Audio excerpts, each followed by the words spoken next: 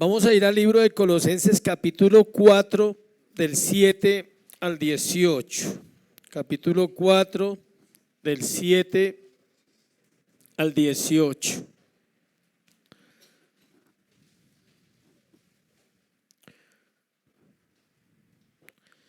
Mientras lo busca, recuerde que es importante saber que en la vida usted no puede hacer nada solo, que siempre dependerá de otros, que si usted cree que puede hacer las cosas solo, está equivocado en el concepto del cual Dios quiere que tengamos de nosotros, porque a veces pensamos que todo lo que hemos hecho lo hemos hecho solos, o que son nuestras fuerzas o nuestras capacidades. Hoy vamos a aprender que aún el apóstol Pablo, siendo quien era, siempre dependió también ¿de quién? De otros. Siempre tuvo siervos a su lado, tuvo personas que estaban dispuestas a servir y también, como dicen popularmente, no falta el mosco en la leche, ¿sí?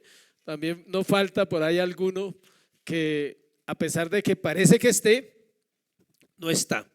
Entonces vamos hoy a hablar sobre esa parte y quizás nos sirva a nosotros entender eso.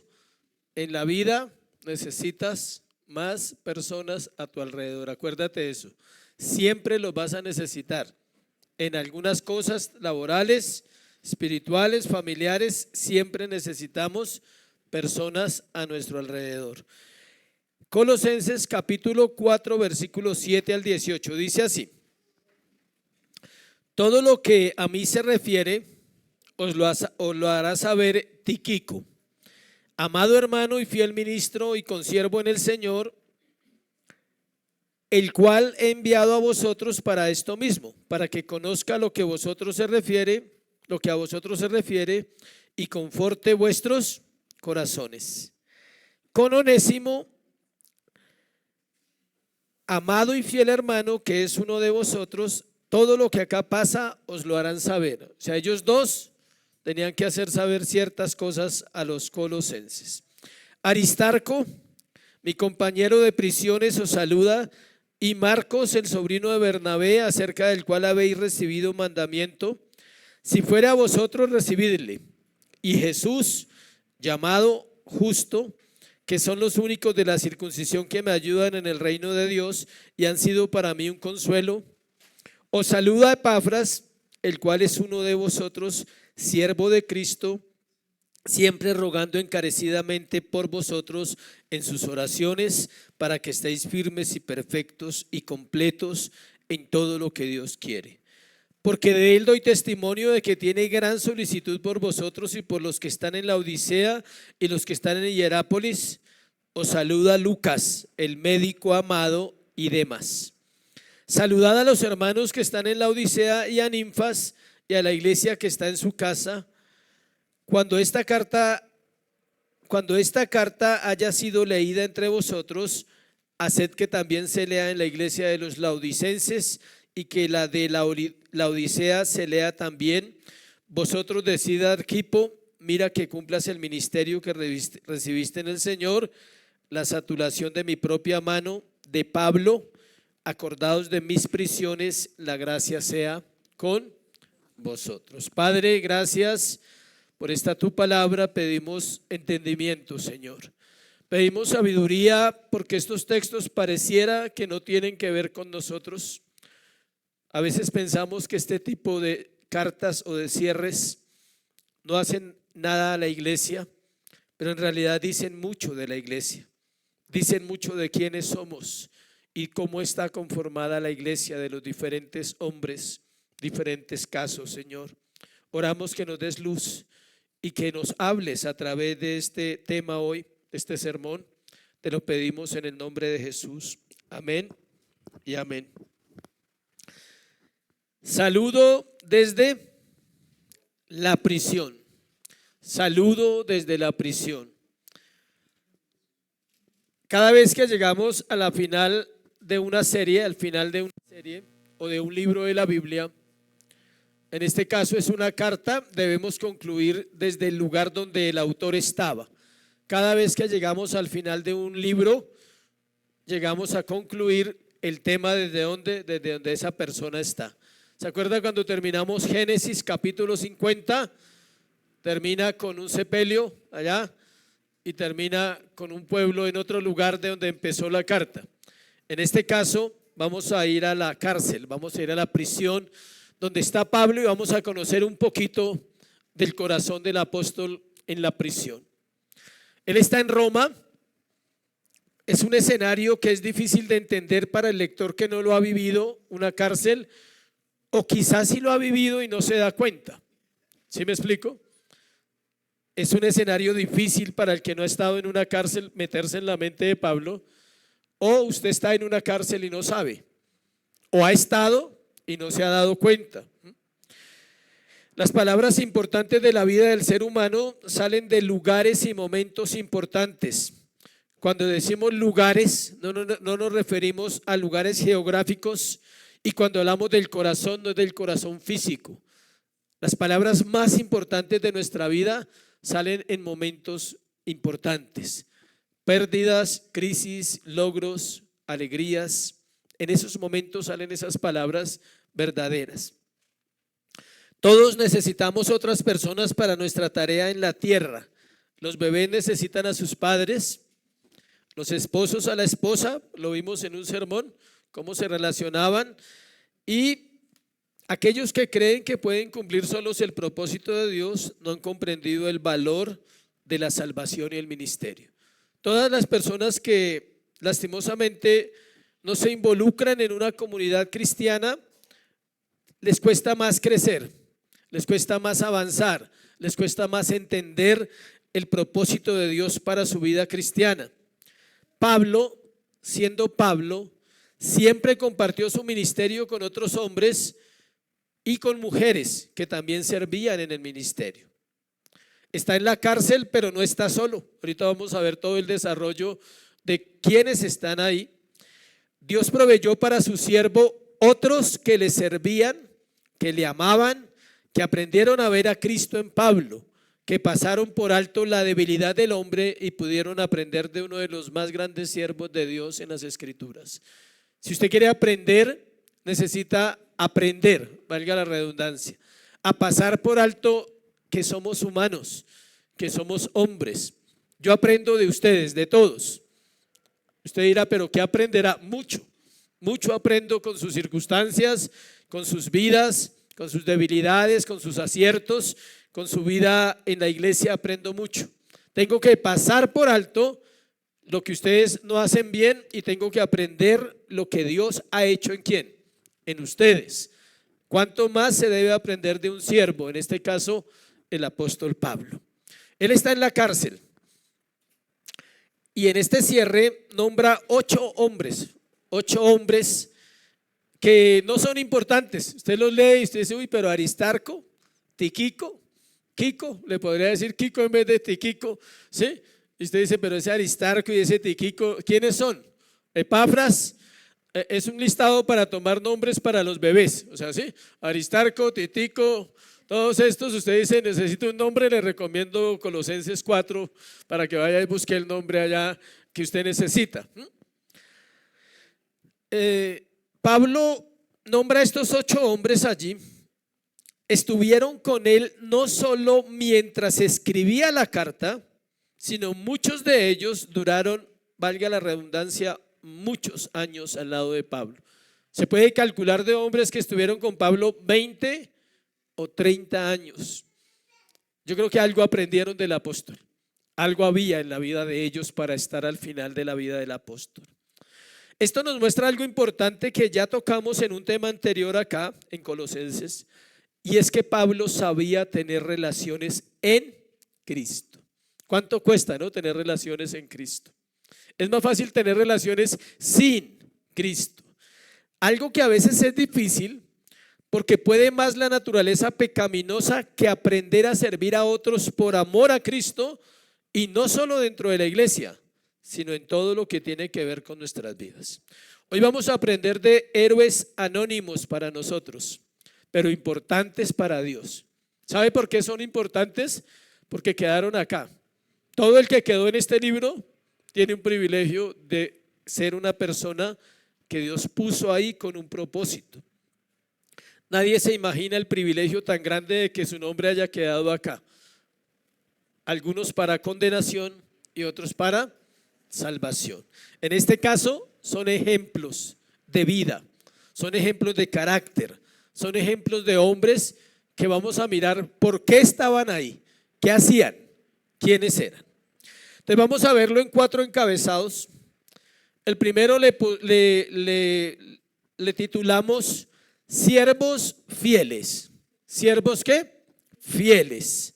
Versículo 7 al versículo 9. Vamos a leer los 2 versículos. Dice: todo lo que a mí se refiere, dice Pablo, os lo hará saber Tíquico, amado hermano y fiel ministro y consiervo en el Señor, el cual he enviado a vosotros para esto mismo, para que conozcan lo que a vosotros se refiere y conforte vuestros corazones. Dice: con Onésimo, amado y fiel hermano, que es uno de vosotros, todo lo que acá pasa os lo harán saber. Cuando dice la palabra en el versículo 9, dice con Onésimo, quiere decir que a los dos les encomendó una misma tarea y también los dos tienen la misma característica. Mire el versículo 8, Tíquico, amado hermano y fiel. Y cuando dice con Onésimo, amado y ¿qué? Fiel. Note que los dos tienen las mismas características en el corazón. Son personas que fieles. Tíquico, vamos a hablar primero de Tíquico. Estos nombres, si usted no los estudia, nunca va a saber quiénes fueron. Eran nombres desconocidos. Pero como hemos dicho, ellos no están ahí ocupando un espacio en blanco. Ellos eran hombres que servían en la iglesia. En este caso, Onésimo era de Colosas. Él estaba ya, pertenecía a la iglesia de Colosenses. Tíquico. Alguien dijo que estos hombres son escasos y estos nombres también, ¿sí? O sea, es un nombre escaso, pero estos hombres que vamos a estudiar son escasos. Son escasos en las iglesias, son escasos en la sociedad. No hay de ese tipo de hombres. Un pastor decía que Dios no levanta un grupo de hombres iguales en ningún lado. Levanta de a 1, de a 2 por congregación, de a 3 máximo. No levanta muchos hombres. ¿Por qué? Porque esto demanda morir. Y el hombre, hablo al masculino, no está dispuesto a morir. Le cuesta más. ¿Sabe a quién le cuesta más la sujeción? A los hombres que a las mujeres. Esa buena noticia hoy para la iglesia. A los hombres les cuesta más la sujeción, hablando de la iglesia, ¿que a quién? Que a las mujeres. Tíquico significa afortunado o fortuito. Y era un hombre afortunado al haber vivido con Pablo en el ministerio muchos años. Se menciona 5 veces en el Nuevo Testamento. Parece poca información, pero suficiente para saber acerca de él, quién era. La primera vez que aparece es en Hechos 24. Miremos Hechos 24 para saber otro poquito de Tíquico. Hechos 24 dice: y le acompañaron hasta Asia. Sopater de Berea, Aristarco y Segundo de Tesalónica. ¿De dónde era? De Tesalónica. Sí, vamos encontrando daticos. ¿De dónde era Aristarco? De Tesalónica. Pablo está en Éfeso en Hechos 24 y se acerca el fin de su tercer viaje misionero, es decir, él duró varios años con Pablo. Era griego, Aristarco era griego, y aparece en 4 cartas, de las 5 veces aparecen 4 cartas de Pablo. Efesios 6:21, acompáñenme ahí, vamos a ver, aparece en Efesios 6:21-22. Efesios 6:21-22. Para que también vosotros sepáis mis asuntos y lo que hago, todos lo hará saber ¿quién? Tíquico, hermano amado y fiel ministro en el Señor. ¿Sí nota que dice exactamente lo mismo que en Colosenses? ¿Por qué? Porque la carta de Efesios también fue escrita ¿dónde? En la prisión, en la cárcel. Son 4 cartas de la cautividad. En versículo 22 de Efesios 6, mire versículo 22, dice: el cual envía a vosotros para esto mismo, para que sepáis lo tocante a nosotros y que consuele ¿qué? Vuestros corazones. Qué interesante, ¿no? Que hayan hombres usados por Dios para consolar ¿qué? Corazones. Él tenía esa gracia. En las cartas pastorales, Pablo lo nombra en Tito 3:12. Siga ahí buscando. Vamos a ver hoy harta Biblia. Para los que no conocen la Biblia, hoy la van a conocer un poquito más. Tito 3:12 dice: cuando envíe a ti a Artemas o a Tíquico, apresúrate a venir a mí en Nicópolis, porque allí he determinado pasar el invierno. Cuando envíe a ti a Artemas o a Tíquico, apresúrate a venir a mí en Nicópolis, porque allí he determinado pasar el invierno. Pero vamos a leer 1 Timoteo 4:12 para entender la idea y saber quién era este hombre. Timoteo 4:12. Segunda de Timoteo 4:12. A Tíquico lo envía a Éfeso. No dice más. A Tíquico lo envié a Éfeso. ¿Quién era Tíquico entonces? Era un hombre con la capacidad, escuche, de reemplazar a cualquier ministro. Ese era Tíquico. En Tito dice: cuando lo envíe, usted se puede venir, le dice. ¿A quién reemplazó? A Tito. Y reemplazó a Timoteo para que se encontraran ¿con quién? Con Pablo. ¿Sí ve el nivel de un hombre como Tíquico? Una persona que no es importante en la Biblia aparentemente, pero podemos concluir entonces que Tíquico era simplemente un ¿qué? Un pastor. Era un pastor. Acompañaba a Pablo en muchas cosas. Y para que un hombre tenga la capacidad de reemplazar a Tito y a Timoteo, no era cualquier hombre. Tenía que ser un pastor dotado, un hombre de Dios. Este hombre estuvo con Pablo muchos años.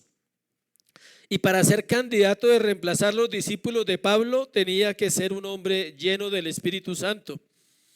De hecho, los viajes no eran fáciles. El cristianismo de esa época no somos ni la sombra de lo que ellos fueron. Tal vez tenemos más gracia, más revelación, pero menos compromiso. El viaje demandaba dejar la familia, dejar la tierra y dejar la iglesia y confiar en que los recursos los daría ¿quién? El Señor, nadie más. Eso era un viaje misionero. ¿Cuántos viajes hizo Pablo? 3. Están en Hechos 11, en Hechos 15 y en Hechos 18. 3 viajes. O sea, este hombre tuvo que andar mucho con Pablo. Miremos el segundo nombre, interesante, Onésimo. Onésimo, el segundo nombre es ¿quién? Onésimo. Versículo 9 dice: con Onésimo, amado y fiel hermano, que es uno de vosotros. Todo lo que acá pasa os lo harán saber. Si era uno de nosotros, ¿es quién? Un colosenses. Él era de Colosenses, le dice: él es de ustedes, él es de allá de la iglesia. Le pusimos a Onésimo un hombre con un pasado oscuro. ¿Había sido qué? Esclavo. Es el mismo de Filipenses, de Filemón. Es el esclavo de Filemón. Si usted ha leído la Biblia, sabe que él aparece por allí. Era un esclavo fugitivo que estuvo con Pablo en prisión. Y por eso Pablo le escribe la carta a Filemón. Miremos Filemón del 1 del 9 al 10. ¿Sí? Filemón 1 del 9 al 10. Mire lo que dice: más bien te ruego por amor, siendo como soy Pablo ya anciano y ahora además prisionero de Jesucristo, te ruego por mi hijo Onésimo, a quien engendré en mis prisiones, el cual en otro tiempo te fue inútil, pero ahora a ti y a mí nos es ¿qué? Útil. Solo los libres son útiles. Los esclavos no, hasta que se vuelvan esclavos ¿de quién? De Cristo. Filemón era uno de los líderes de la iglesia de Colosas. Imagínense, un esclavo hasta dónde llegó. uno de los líderes de la iglesia de Colosas, y es probable que la iglesia se reuniera en su casa. Versículo 9 dice ahí, volvamos a Colosenses, con Onésimo, amado y fiel hermano, que es uno de vosotros. Él era de Colosas, probablemente la iglesia se reunía en su casa. Sí sabía que el concepto de iglesia en esa época no es como ahora, iglesias locales, no, era en las casas. No había que arrendemos el salón y saquemos el salón y paguemos, no. Alguien ponía la casa, alguien decía, mi casa es grande. Eran casas a la antigua, así alrededor las alcobas y en el centro un patio grande, así como en el campo. Y en el patio se hacía ¿qué? La reunión. Onésimo es otro siervo fiel y siendo esclavo pasó a ser libre cuando fue convertido. Solo cuando somos convertidos somos ¿qué? Libres. Para ser fiel hay que ser libre primero. Muchos no pueden ser fieles porque quieren, pero no pueden, porque no han sido ¿qué? Libres. Pueden ser salvos y aún estando ¿qué? En esclavitud, porque la salvación es algo inmediato y luego viene ¿qué? La santificación. Muchos no pueden ser libres, ser fieles, porque no han sido ¿qué? Libres. Segundo, siervos que ayudan a llevar cargas. Vamos a ver siervos que ayudan a llevar ¿qué? Cargas. Vimos dos fieles y ahora vamos a ver del 10 al 12 otros siervos. Aristarco, mi compañero de prisiones, os saluda, y Marcos, el sobrino de Bernabé, acerca del cual habéis recibido mandamiento, si fuere a vosotros ¿qué? Recibidle. Y Jesús, llamado ¿qué? El justo, que son los únicos de la circuncisión que me ayudan en el reino de Dios y han sido para mí un consuelo. Del versículo 8, 10 y 11. 10 y 11. ¿Cuántos nombres encontramos allí? 3. Vamos a hablar de Aristarco, vamos a hablar de Marcos y vamos a hablar de Jesús el justo. Aristarco, una característica es que los dos anteriores eran griegos, no eran judíos. Estos son de la circuncisión, dice el versículo. ¿Ellos eran qué? Judíos. Aclaro algo porque usted va a encontrar algunos versículos que dirá, uy, está contrariando la Biblia.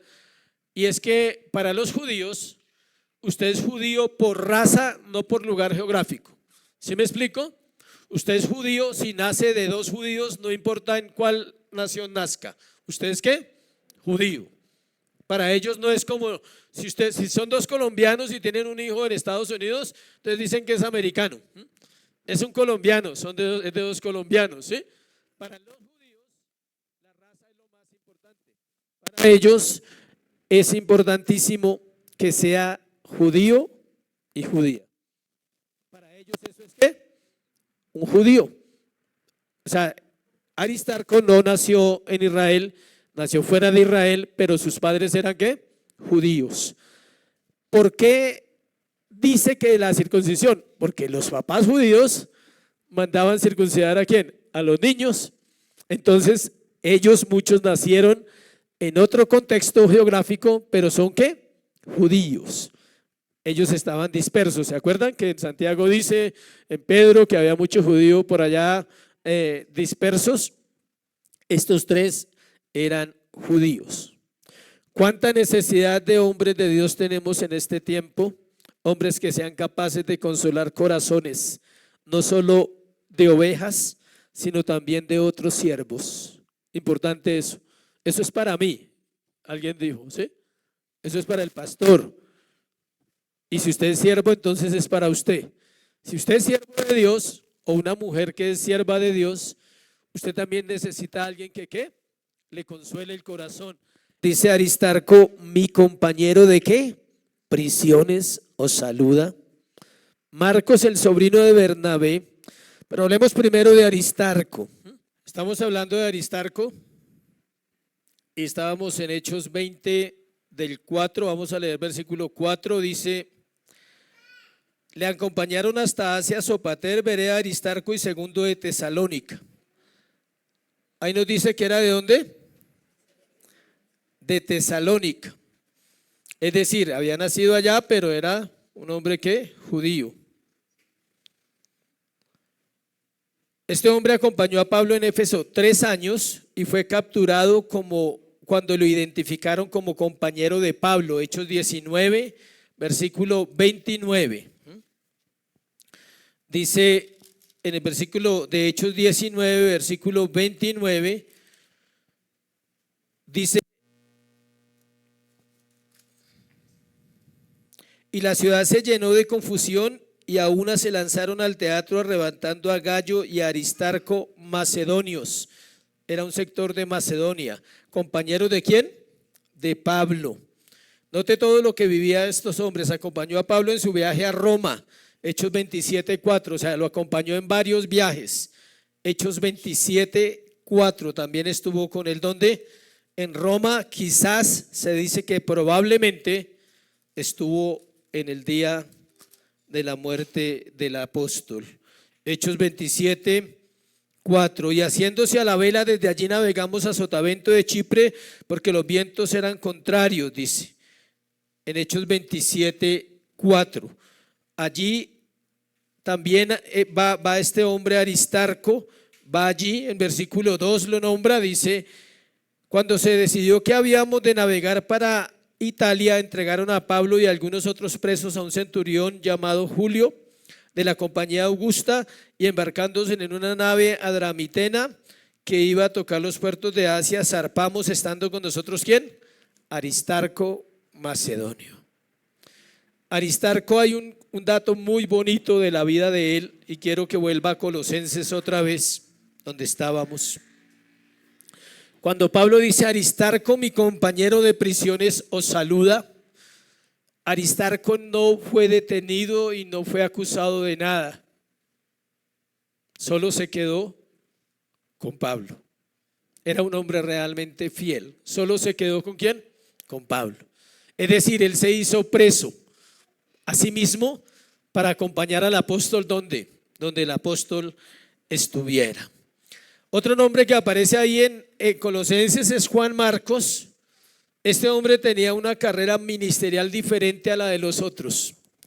¿Quién es Juan Marcos? El escritor del Evangelio de Marcos. Tuvo 3 tutores: Pablo, Bernabé y Pedro. Con Pablo aprendió la diligencia y el carácter. Con Bernabé aprendió la paciencia y con Pedro aprendió a amar. Cada uno le enseñó a él algo. Pablo le enseñó ¿qué? A ser diligente. Pelearon, discutieron, lo dejó por allá y dijo: no me gusta su forma de ser, hay que despertar, y listo. Luego Bernabé era ¿qué? Más que paciente. El nombre Bernabé significa consolación. Él consoló a Marcos porque Marcos se separó de Pablo en un viaje, y luego aparece Pedro, que se volvió amoroso después de muchos años. Después de ser procesado se volvió ¿qué? Amoroso. Esa es la carrera de Marcos. Hechos 13:5, miremos ese versículo tan importante. Hechos 13:5. Hechos 13:5 dice: llegados a Salamina anunciaban la palabra de Dios en las sinagogas de los judíos. También tenían también a Juan de ayudante. Ese Juan es Juan Marcos. Ese es Juan Marcos. En el primer viaje misionero fueron, en el segundo tuvieron un problema con Pablo. Hechos 13:12. Hechos 13:12. Entonces el procónsul, no, este no es. Hechos 13:12.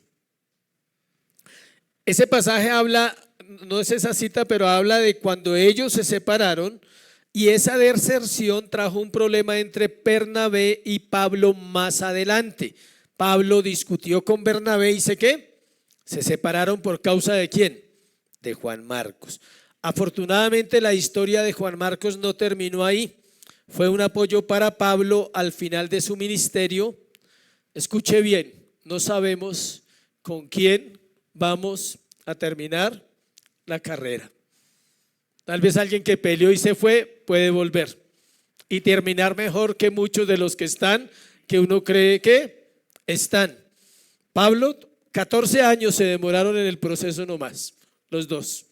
Bueno, 14 añitos para volver a encontrarse y volver a servir juntos al Señor. Acompáñeme a Hechos 15, 37, 39.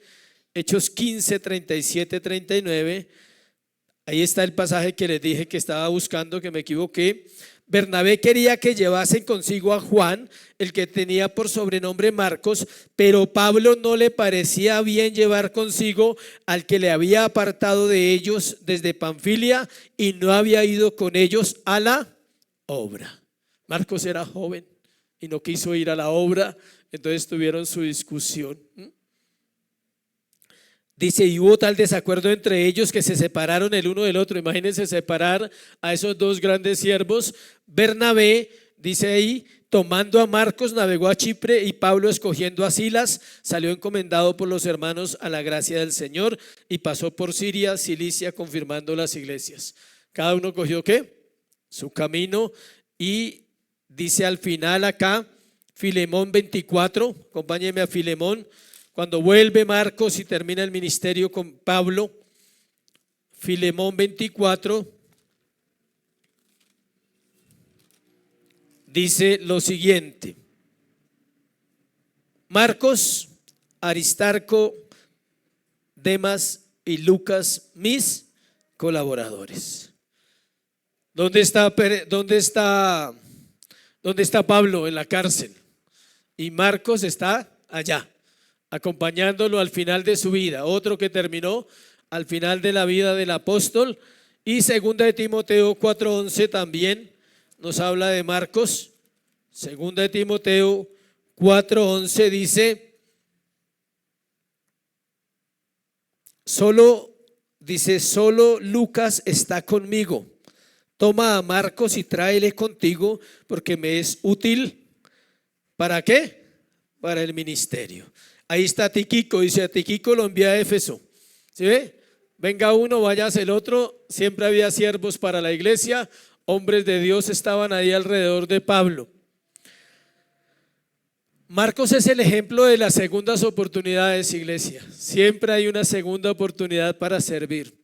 Su restauración es genuina porque ocupa un lugar que solo 3 hombres tienen en la Biblia: Mateo, Lucas y Juan. Mire cómo maduró, cómo creció, que llegó a escribir ¿qué? Un evangelio. Eso no lo hace cualquiera. Fue un hombre que entendió y se restauró, y Dios le dio una segunda oportunidad en el ministerio. Tenemos a Jesús llamado el justo, que también es de la circuncisión. Aparece ahí también en el versículo 11. Dice, y a Jesús llamado el justo, que son los únicos de la circuncisión que me ayudan en el reino de Dios. Solo su nombre dice de su compromiso: el justo. Ya con eso. No hay nada de él, no se sabe nada, solo se sabe que era un hombre ¿qué? Justo. Solo ese poquito, que era un hombre ¿qué? Justo. Los únicos judíos que ayudan en el reino, dice Pablo. Algunos dicen que lo dice con dolor porque le dolía que sus compatriotas eran los que lo perseguían, los que lo oprimían, los que lo querían acabar, y su ministerio era más que todo ¿de quién? De gentiles, de griegos. El segundo nombre de Jesús, llamado el justo, habla de su carácter, de quién era ese hombre, y se necesita ser un verdadero hombre de Dios para consolar el corazón de un apóstol. No es fácil consolar el corazón de un siervo. Se necesita otro siervo, otro hombre, otra persona que tenga un corazón realmente para Dios y pueda escuchar y pueda entender la debilidad del siervo sin juzgarlo.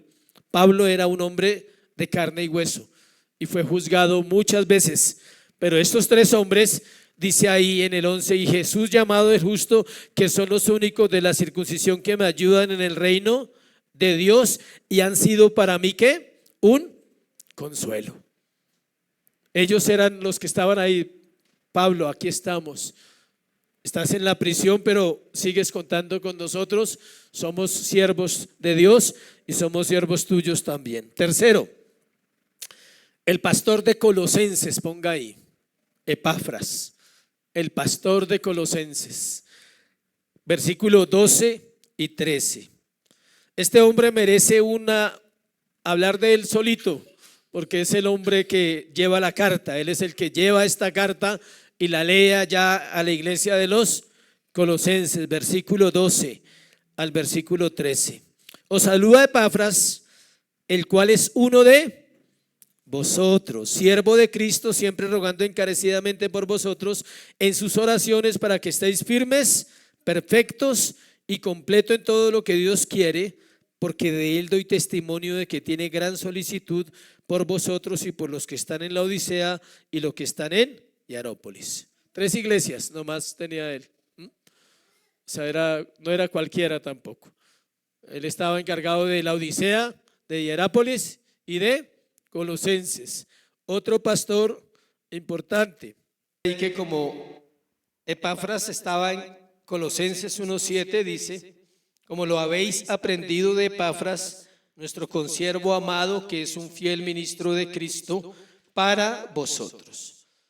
Este era un hombre especial, Epafras. Según lo que leemos allá en Colosenses 4, si usted quiere saber cómo oraba Epafras, ahí dice cómo era la oración de él hacia la iglesia. Mire lo que dice la oración de Epafras. Dice en versículo 12: os saluda Epafras, el cual es uno de vosotros, siervo de Cristo, siempre rogando ¿qué? Encarecidamente por vosotros en sus oraciones. Epafras es un hombre que oraba agonizando, dice la palabra. Agonizaba en su oración por su pueblo y oraba por los colosenses. Esa oración es lo que Dios quiere que todo cristiano sea. Ahí dice exactamente lo que Él quiere que todo cristiano sea: que estéis firmes, perfectos y completos en todo lo que Dios ¿qué? Quiere. Eso es lo que Dios quiere. Esto quiere decir también conforme a ¿qué? A la voluntad de Dios. Esto es lo mismo que decir cristianos maduros, cristianos fervientes, cristianos comprometidos, cristianos vivos por la gracia de Dios en sus corazones. Eso es lo que Dios está buscando en la iglesia, y eso es lo que debe hacer un hombre o una mujer cuando realmente es creyente. Orar también agonizando para que la iglesia madure, agonizando para que haya hombres fervientes en la oración, comprometidos, cristianos que viven por la gracia de Dios en sus corazones. Este es el punto importante de la oración de Epafras, y esta debe ser la oración de nosotros. Dios, enséñame tus caminos para conocer lo que tú quieres de mí. Usted debe orar así: Dios, enséñame tus caminos para conocer lo que Dios o lo que tú quieres de mí. Dicho de otra forma, que tu propósito se cumpla en mí. Pablo da testimonio de este hombre, de este pastor, porque no solo servía en Colosas, sino también en otras iglesias. Llegamos al punto final, versículo 14. Acompáñeme al versículo 14, y el cuarto punto se llama un bálsamo y una mosca, porque no falta siempre, no todo es bueno. Uno quisiera que todo lo de Pablo fuera bueno, pero no es así. Os saluda Lucas, el médico amado, y Demas. Os saluda Lucas y Demas. En un solo versículo encontramos un contraste muy fuerte. El médico amado era un bálsamo para Pablo. Después de cada golpiza, de cada pedrada, de cada arrastrada, ¿quién curaba las heridas de Pablo? El médico amado. Note la característica que Pablo le pone. Dice que él es mi médico amado. Era médico de profesión. Y está Demas, un hombre que estuvo con Pablo, pero que a diferencia de Marcos, terminó siendo un desertor de la obra. Marcos se restaura, Demas deserta con los años. Vamos a hablar de Lucas, el médico amado, primero. Pablo tenía su propia EPS, para los que no saben. Bueno, como es Dios de bueno con sus siervos, ¿no? No había EPS, no había sistema, no había compensar, no había nada, pero Pablo tiene su EPS privada. ¿Quién tiene eso? Nadie. Médico personal donde fuera. Pablo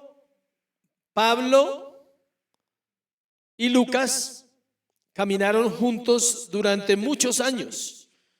Lucas escribe en el Evangelio de él y escribe en Hechos, y él dice a veces en plural, íbamos nosotros en el libro de Hechos, porque él estaba en las caminatas, en las correrías, en los viajes de Pablo.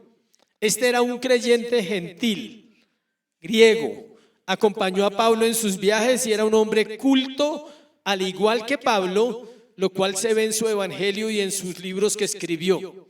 Los diálogos de estos dos hombres tenían que ser muy interesantes en la cárcel, en las golpizas, en todo lado donde estaban. Lucas estaría con Pablo después del segundo viaje misionero el resto de la vida del apóstol, 20 o 25 años con el apóstol. Este hombre renunció a su talento, escuche, dejó su carrera de lado para servir como misionero junto con Pablo.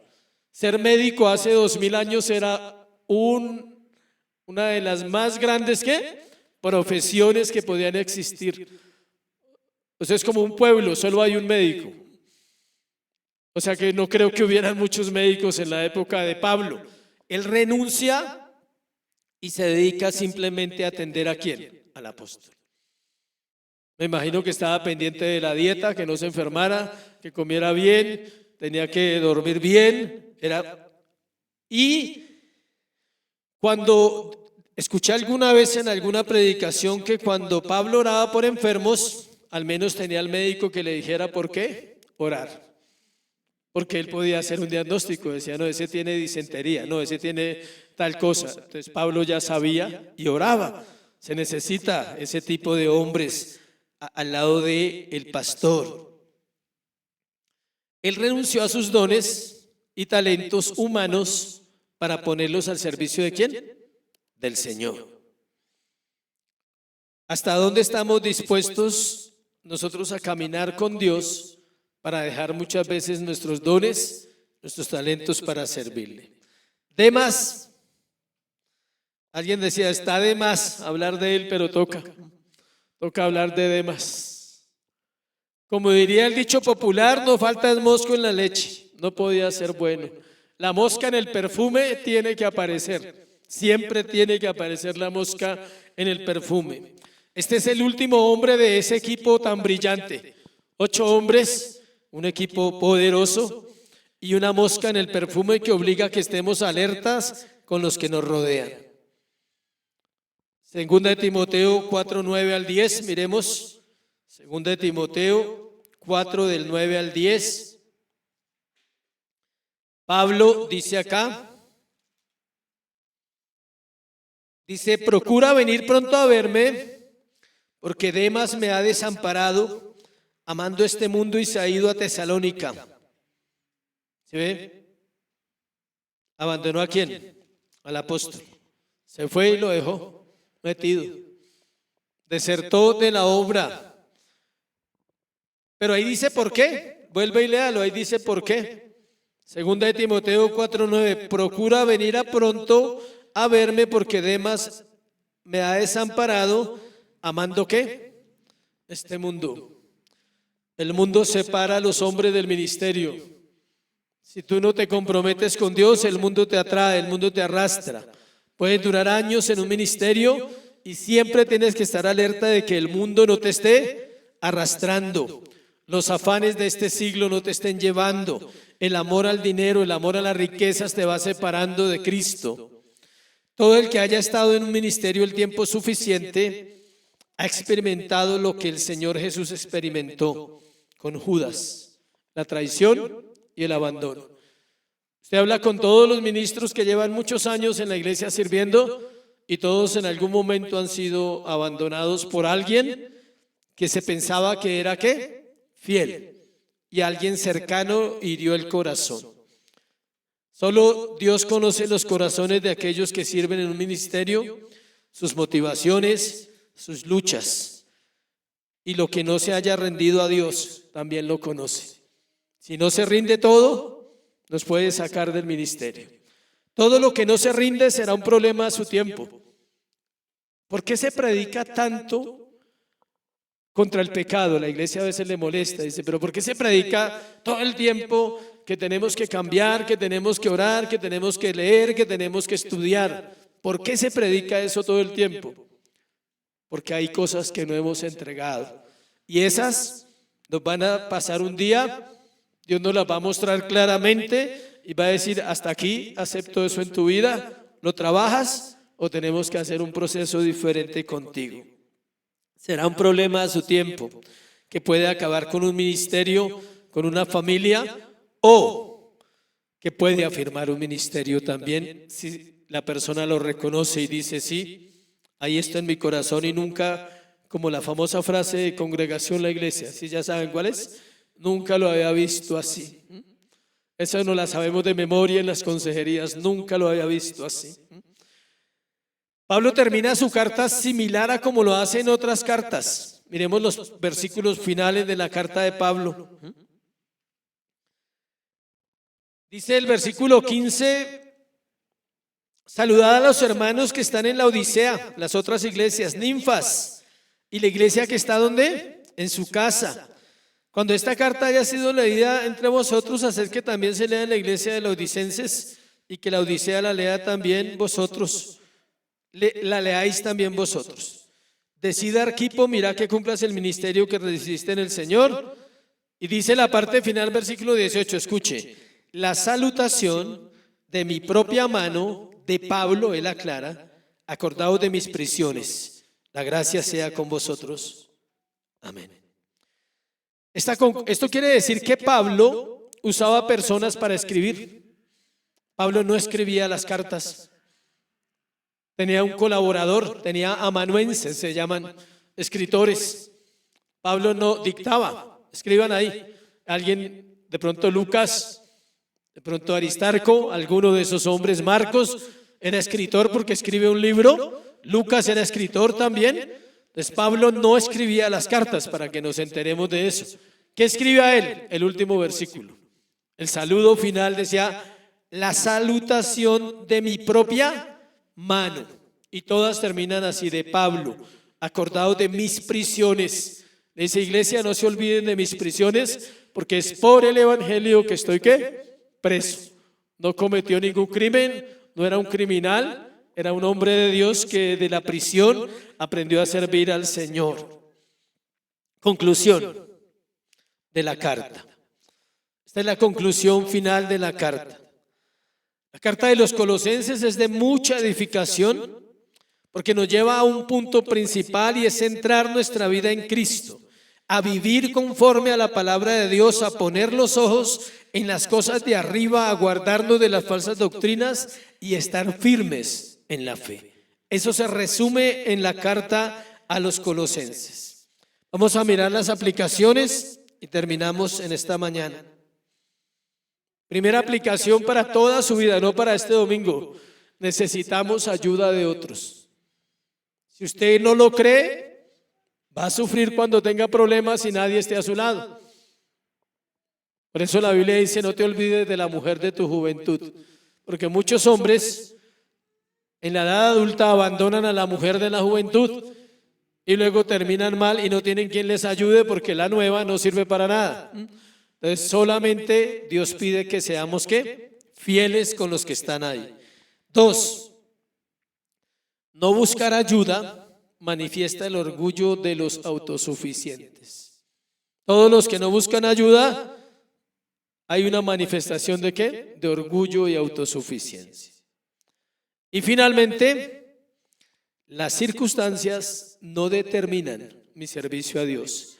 Si usted lo duda, vaya y pregúntele a Pablo cómo sirvió dentro de la cárcel. Las circunstancias no determinan mi servicio a Dios. Pablo tenía un aguijón. Algunos dicen que era una enfermedad, Otros dicen que era una lucha en su corazón, pero sea cual fuese, nunca le impidió ¿qué? Servir. Pablo nunca se detuvo en el servicio por las circunstancias. Vamos a orar